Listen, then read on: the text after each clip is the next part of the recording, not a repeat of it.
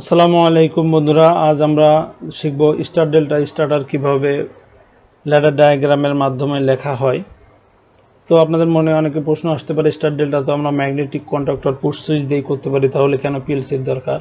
মূলত ইন্ডাস্ট্রিয়াল ইউজের ক্ষেত্রে অনেক সময় সিকোয়েন্সিয়ালি অনেক মোটর অন অফ করার প্রয়োজন পড়ে।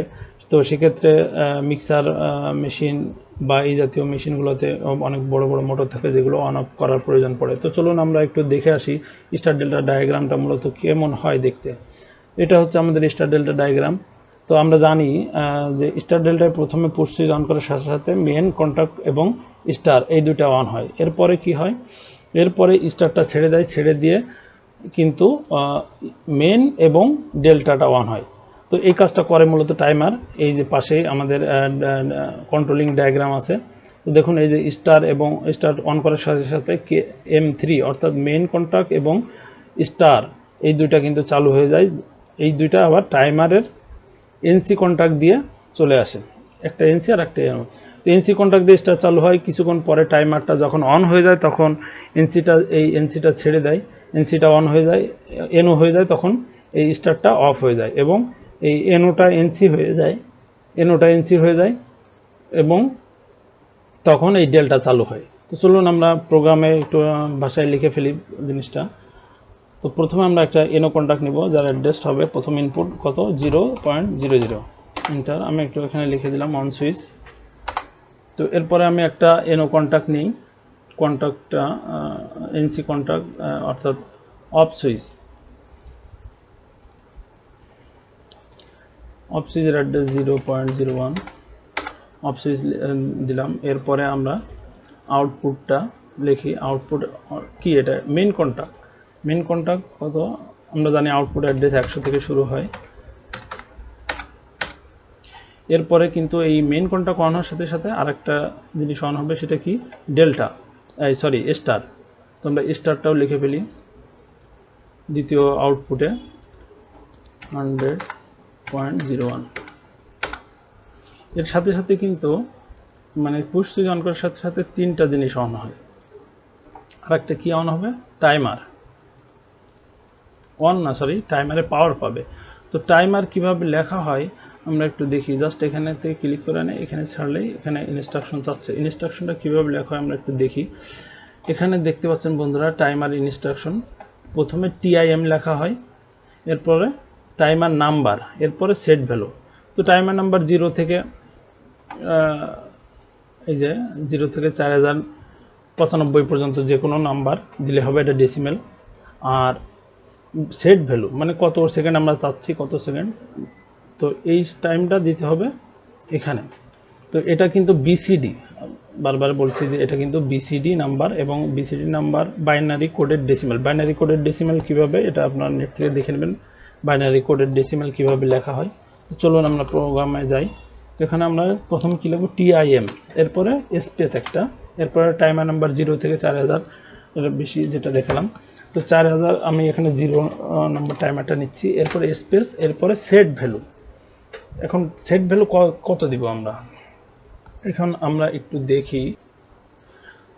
এখানে মূলত টাইমার ইনস্ট্রাকশনটা আপনার পাবেন প্রোগ্রামিং ম্যানুয়ালের ভিতরে, এই পেজ নাম্বার 202।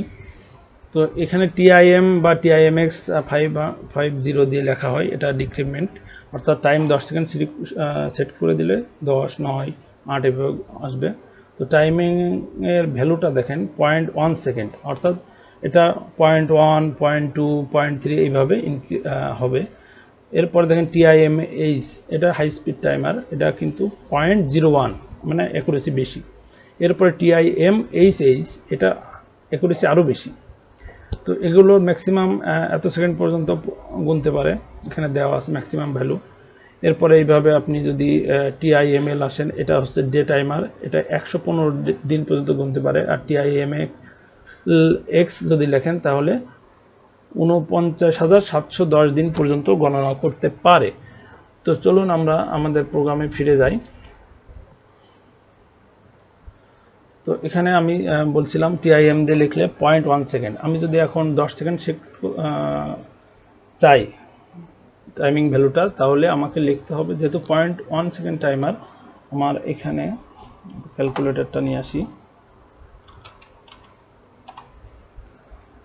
দেখেন 0.1 সেকেন্ড, আমি যদি 10 সেকেন্ড চাই তাহলে এর সাথে যদি আমি ভ্যালুটা 100 নিই তাহলে কিন্তু 10 সেকেন্ড আসছে। তাহলে আমার এখানে ভ্যালুটা অবশ্যই 100 হবে, কিন্তু 100টা বিসিডি লিখতে হবে। তো বিসিডি লেখার আগে হ্যাশ এবং বিসিডি 100 কীভাবে লিখতে হয় দেখে নেবেন নেট থেকে। এন্টার। তো আমার এটা টাইমার হয়ে গেল। এরপরে এই টাইমারের আউটপুট দিয়ে আমি একটা ডেল্টা অন করাবো।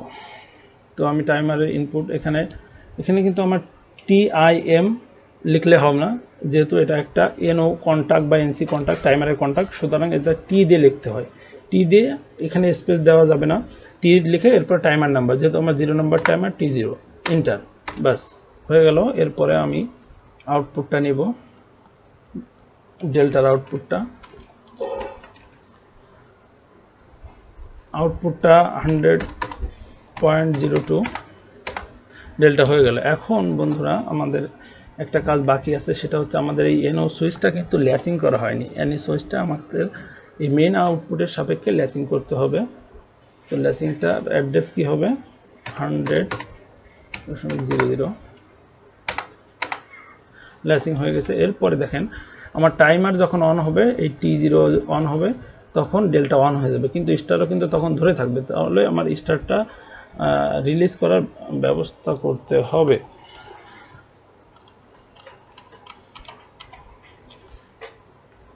এখানে ল্যাচিংটা হয়নি ঠিকমতো, ল্যাচিংটা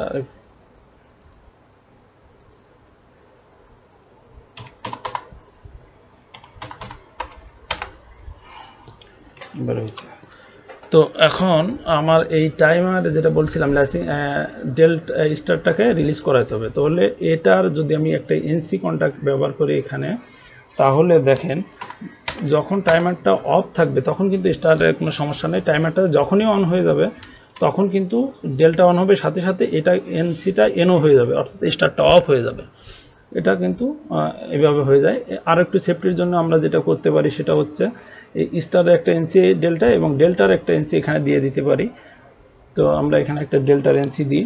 ডেল্টার NC কত, অ্যাড্রেসটা হবে 100.02 ডেল্টার অ্যাড্রেস, এন্টার। এবং এখানে একটা স্টারের NC, এটা কত স্টার, এখানে অ্যাড্রেসটা দেখা যাচ্ছে 100.01। ব্যাস হয়ে গেল, আমাদের প্রোগ্রাম কিন্তু হয়ে গেছে। চলুন আমরা একটু সিমুলেশন করে দেখি, অনলাইন সিমুলেশন।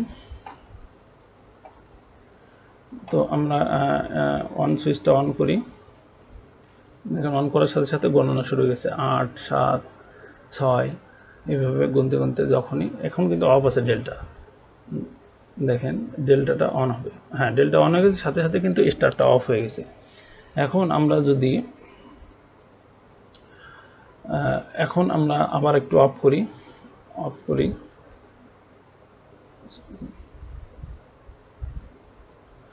করি।